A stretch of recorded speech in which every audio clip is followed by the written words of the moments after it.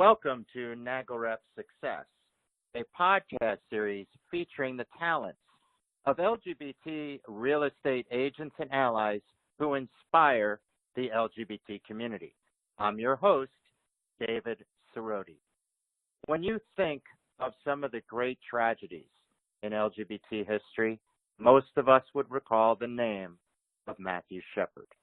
We are honored today to have one of the great leaders of the LGBT community, the executive director of the Matthew Shepard Foundation, Jason Marsden, join us today to talk about his friendship with Matthew, his love with Matthew's parents, Judy and Dennis, and together how they have created one of the world's most important LGBT-focused foundations.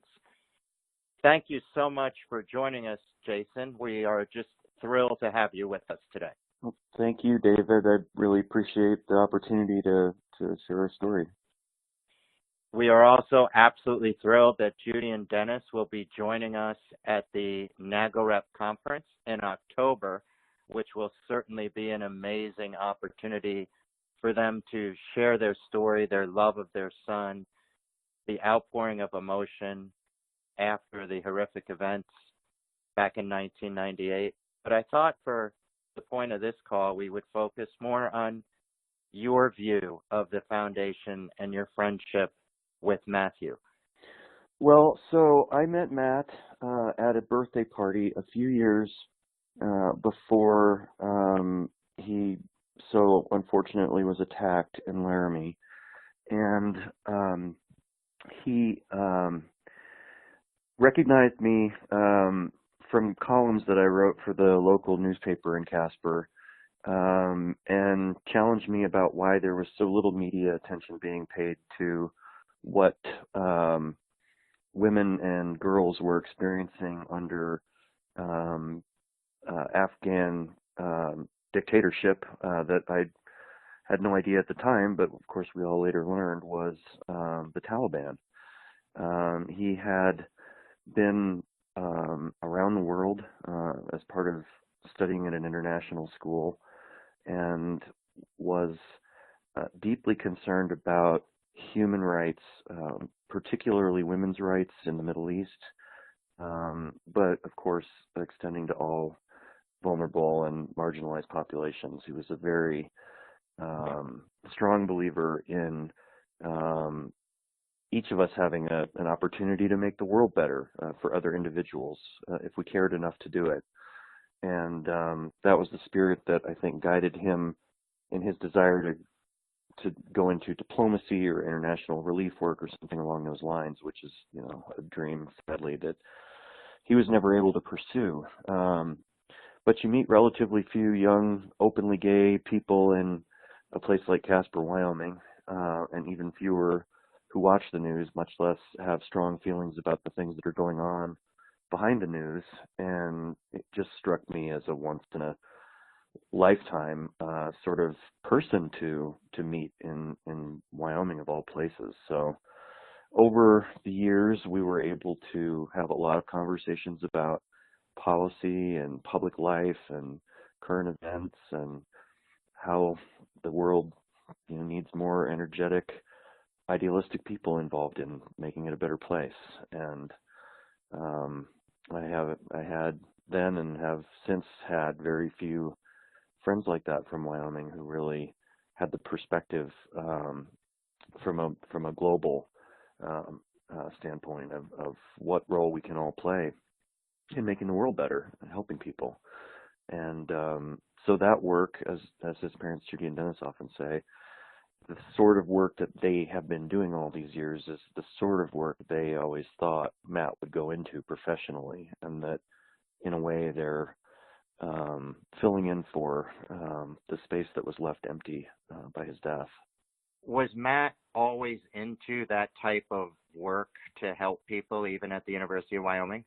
Yes, Matt was definitely very much interested in how to be more active as a student in pushing some of the issues that he cared about. He volunteered in a representative role for some environmental work that he was just beginning to explore as an undergraduate. And the week that all of this tragedy occurred in 1998 was actually Gay and Lesbian Awareness Week at the University of Wyoming. And the night he was attacked, he had just left a meeting of the University of Wyoming LGBT student group that was aimed at planning for events later that week to commemorate National Coming Out Day and otherwise raise LGBT visibility on campus. So literally one of the very last things he did as a student was to attend that planning meeting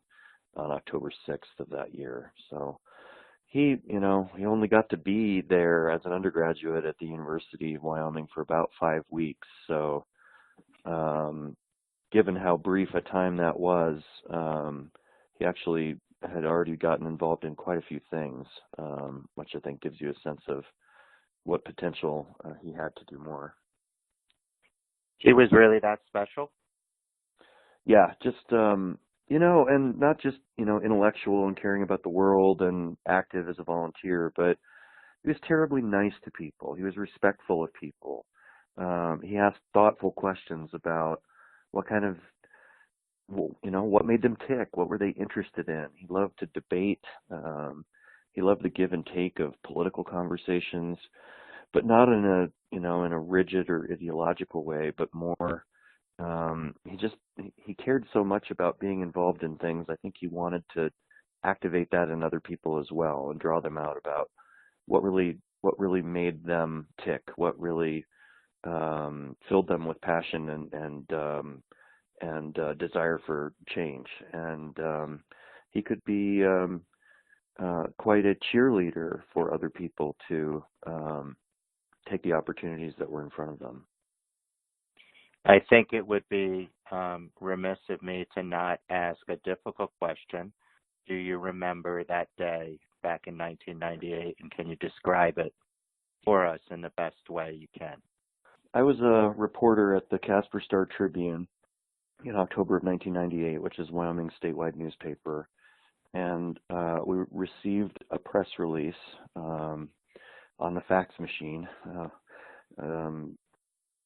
from the Albany County Sheriff's Office stating that there was an aggravated assault investigation underway, that a student had been assaulted out on the plains east of Laramie, tied to a fence overnight. The victim was in intensive care, and we learned that the sheriff's office notified the public and that they were investigating whether this could be an anti-gay hate crime. And so shortly after we heard that news come in, we learned that our Southeastern Wyoming reporter had gone over to Laramie and was beginning to meet some of Matt's friends, ask questions of law enforcement, and gather the initial facts of the case. And that afternoon, the managing editor and the state editor asked me to join them in the conference room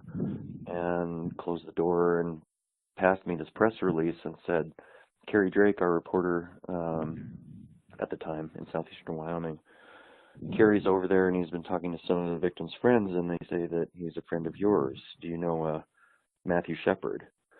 And I was just, when you get one of those horrible kind of adrenaline rush feelings from being startled or shocked by something unexpected, I remember being very puzzled and asking, is this the person that was found tied to the fence? Is this the person who, yes, in the person in the press release,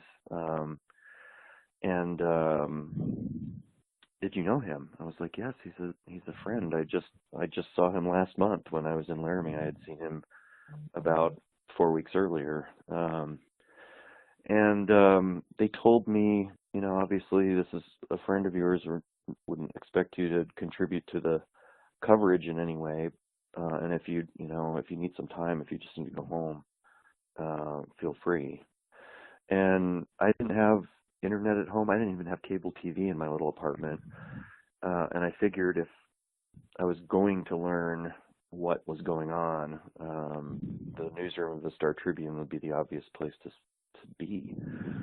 So I waited for more information and helped our reporter connect with other mutual friends and just start putting the coverage together, did some copy editing and other work just to help the newsroom out, since I was not involved in what was rapidly becoming the page one lead story for the next day.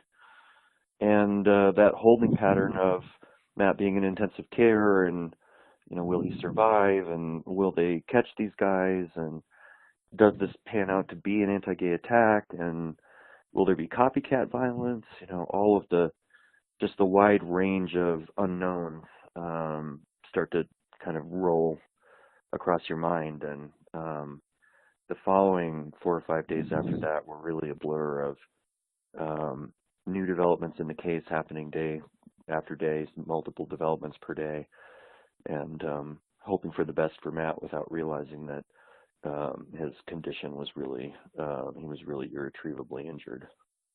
And it was 5 days later, on October 12th, 1998, that he passed away. And one of the interesting things is that the website, MatthewShepard.org, and it's SHEPARD, 1P, you don't shy away from the violence that happened. Why is that? Well, we believe that this case has many unique elements that can focus people's attention in a constructive way. When this all happened to Matt, I heard from countless people who said, we really had no idea this kind of thing happened. Apparently, this is a thing that does happen to gay people. And there had been very little media coverage. There was, I think the term gay bashing was generally what was thrown around to describe this phenomenon 20 years ago. And it's such an inadequate phrase to really capture the overkill level of violence. The extremely gruesome details of this attack are reminiscent of the overkill violence that often occurs in anti-gay or other anti-LGBT hate crimes. And it's, in fact, often a hallmark for investigators to help determine if a case might have been motivated by hatred. One of the ways you can tell that most easily is the overwhelming degree of violence that is inflicted on the victim. And we feel it's very important for people to just starkly confront the reality of what these crimes are like, and be more aware of the actual dangers that face members of all marginalized communities at the hands of people who hate them. And sugarcoating the death, or in some way trying to kind of pull the gauze of history over it, is, I think, a disservice to people who really do want to know and understand what this kind of violence really looks like. And Jason, you were a reporter at the time. You're obviously somebody with journalism in their heart.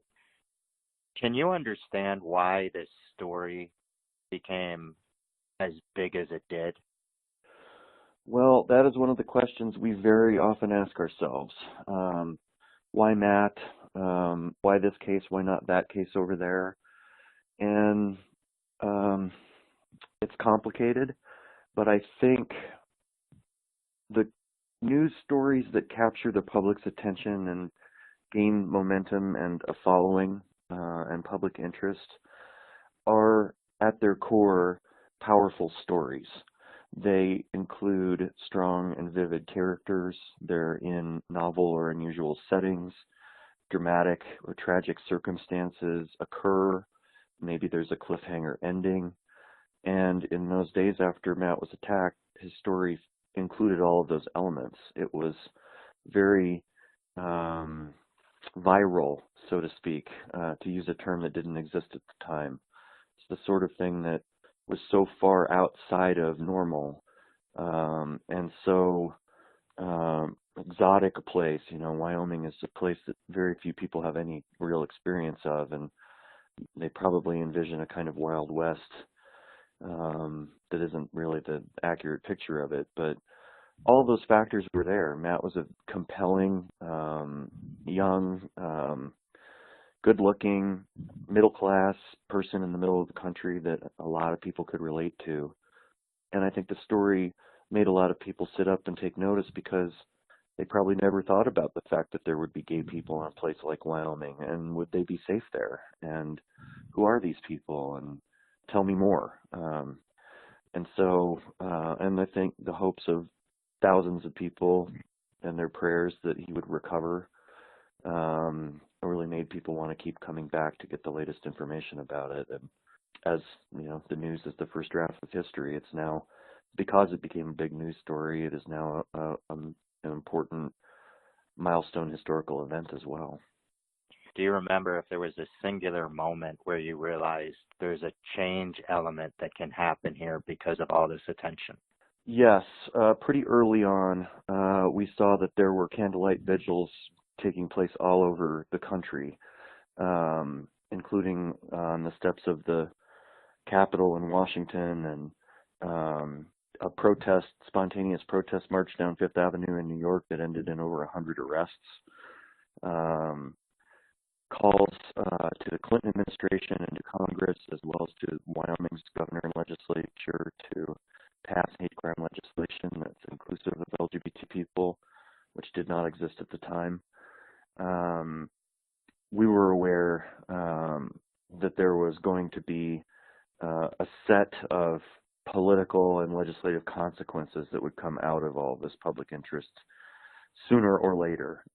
And in the event, it ended up being a lot later. It took 11 years for congressional action to actually succeed in passing an LGBT-inclusive federal hate crime law.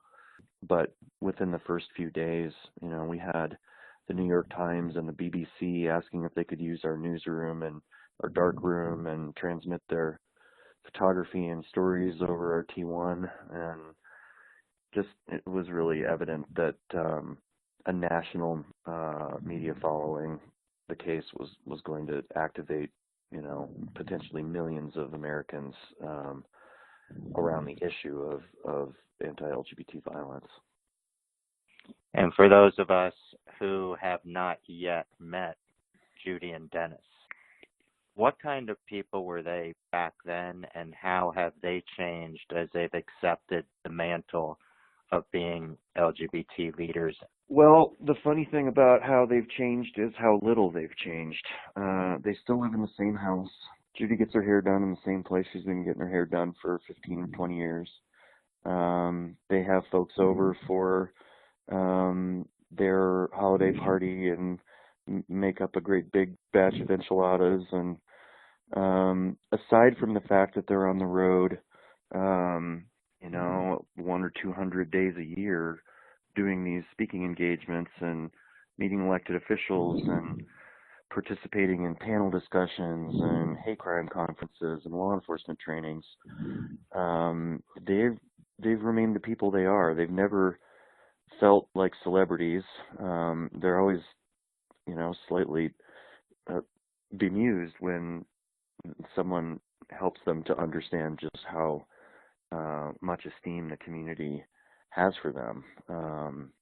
And on those days that they're not traveling, they try to go about as normal a life as possible, and they have fulfilling and deep inner and personal lives that don't intersect with this tragedy every minute of the day.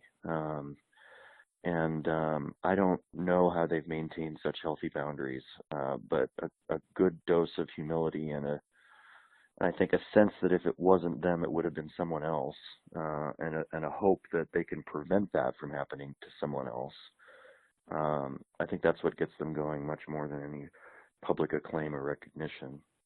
For all of you that knew Matt, and whether it be Judy, Dennis, you as a friend, when do you take time and how do you take time to still grieve his loss? Well, it really came to my attention that I still had some mourning to get out of my system when we were all there in Washington, D.C.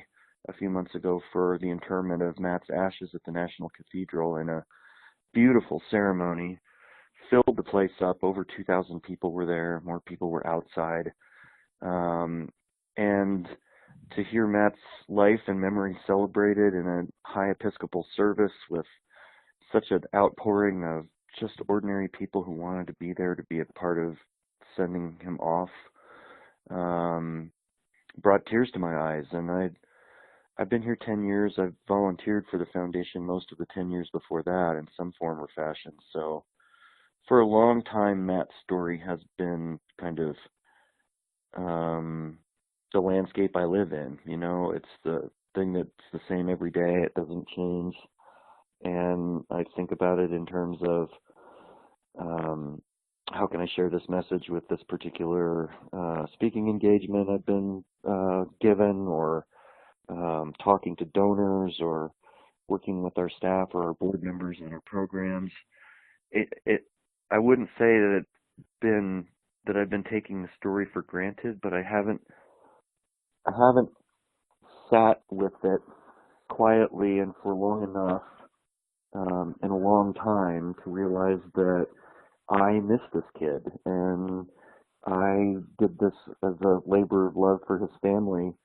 And most days it's, you know, running the office and keeping us going, and I don't get to reflect that much on the person we all lost. And it's humbling, and it's good for me in the work that I do to sit with that grief for a minute and realize that that's what other people felt, and why they continue to reach out to the foundation all these years later. And for you and Judy and Dennis and others in the foundation, what are some of the comments that you'll get from the LGBT community that make you pause to realize how important you are? Well, the one thing we hear more than everything else combined is, I remember where I was when I heard that for the first time. I think for a lot of people, it's like, you know, depending on what generation you're from, the space shuttle disaster or the Kennedy assassination or the 9/11 attacks, it's something that stopped people in their tracks when they first heard the story, and that all these decades later, they continue to not only remember that it happened, but remember how they felt and where they were when it did happen. And so we've learned that countless LGBT Americans chose to come out of the closet because of what happened to Matt, and countless others, often people from rural areas in particular, felt like they were chased back into the closet because they were so afraid of what might happen to them if they lived authentically and openly. So we're always struck by, it's not just something that changed people's views and the trajectory of their lives. It's something that is still happening in their minds. They're still kind of living through that moment from 20 years ago. And I hope it's not cynical to say that we believe that that can be a very powerful tool for activating people to take the extra steps, to be involved in the community, to be advocates for the community. And, you know, the greatest act of advocacy of them all is being exactly who you are, proudly and with a smile on your face, so that we can continue to bring LGBT people out of the shadows. And the foundation itself has almost become representative of the entirety of the LGBT community. But what is the true mission of it? Well, there's what we say on paper, and then there's how we try to make it happen daily. The mission is to replace hate and ignorance with understanding, compassion, and acceptance. And where we feel that we're the most effective in doing that is in inspiring people to individually take action to promote our community and to promote civil rights for all persons, not just LGBTQ persons, but across lines of race and class and religion and ethnicity as well. We believe that it's possible to live in a world without hate, but it will take the concerted action of billions of human beings ultimately to achieve that. But we have an especially powerful tool in Judy and Dennis Shepard, who can tell their story, be it to an auditorium full of high school students or a national convention of a business organization like yours, to inspire individual people to go the extra mile and to become active in seeking a solution. The way we do that on a daily basis, other than keeping the shepherds out there and keeping their message visible, we're trying to figure out where the weak spots are in the entire system that produces and deals with hate crimes in America. We have severe problems with victims not reporting the crime. There are a lot of reasons victims would not come forward to police.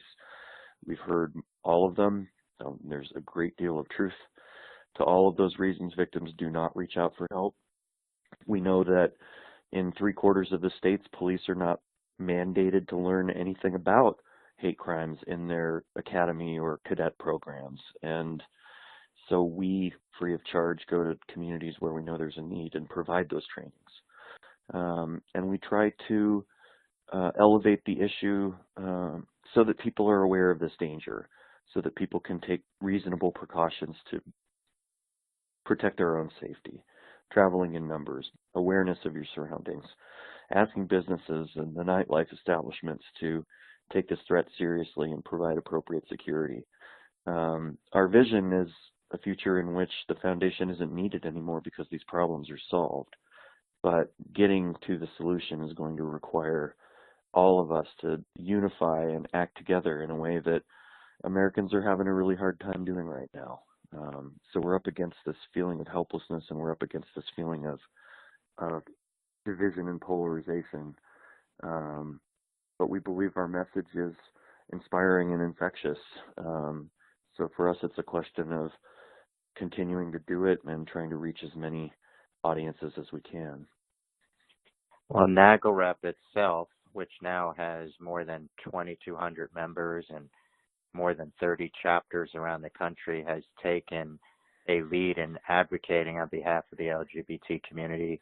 What are some inspiring words that you can give to our members about the fight that NAGLREP is on to eradicate housing discrimination? Well, first of all, I think you all deserve heartfelt congratulations for coming together as an institution of thousands of successful professionals to make a priority out of the home life that all of us have at the center of our daily existences. You know, I love what I do for a living, but my life isn't about this work. It's about my husband and our home and our cat, and I'm involved in our HOA and try to be a part of the community. And we know firsthand from hearing from people, especially in farther flung parts of the country, that they have been discriminated against in housing, whether it be in apartment leasing or in financing for a purchase, or mistreatment by their neighbors once they move into a new place, and many other takes on the same general kind of discrimination. But I think as real estate professionals, you have this especially crucial window into the real lives of LGBTQ Americans, their families, their aspirations. You know, I can't speak for everyone, but when I've been working with the real estate professional at various times in my life, those were some really sensitive and powerful times in my life. When I bought my first home as a single gay man, I had a well-meaning acquaintance say, "Oh, what are you doing it backwards? You have to get a wife first, and then you buy the house." And you know, things. You're very vulnerable when you're looking for a new place, or you're looking to sell your place, or you're moving to a new community because there's a new opportunity. And real estate professionals are sometimes the last person you see in the old town on your way out the door, and the first person you meet in your new town on your way to a new life. And to make sure that the profession includes appropriate diversity and acceptance and cultural competency in dealing with our community's families, I just think there's a tremendous opportunity there to do good, not only to prevent discrimination and negative outcomes, but to be a welcoming handshake on the way into your new life in your new town. It's a way that our community continue to strengthen itself. It's done with you know, a little bit of passion and a little bit of patience. I think it could be tremendously powerful in our communities. Jason, what will we learn from Judy and Dennis when they come to Palm Springs to join us?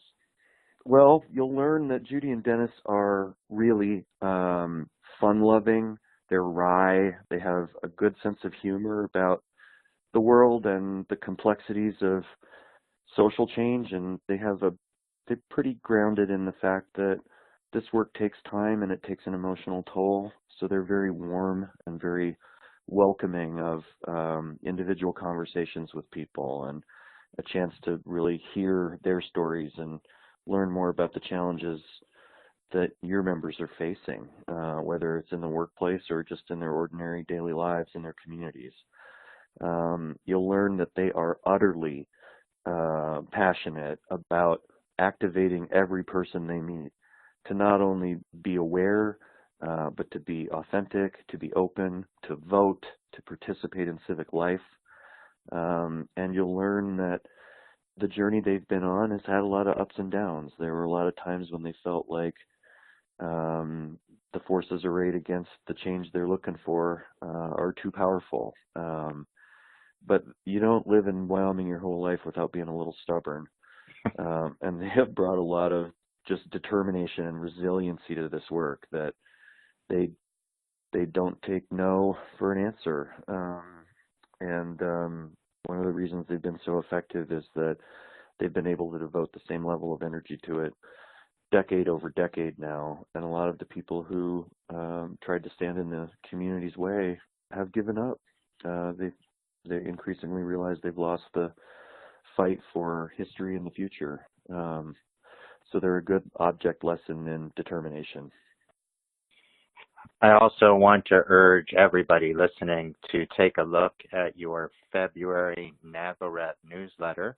The lead story has a link where you can donate directly to the Matthew Shepard Foundation. It will take you to a NAGLREP page.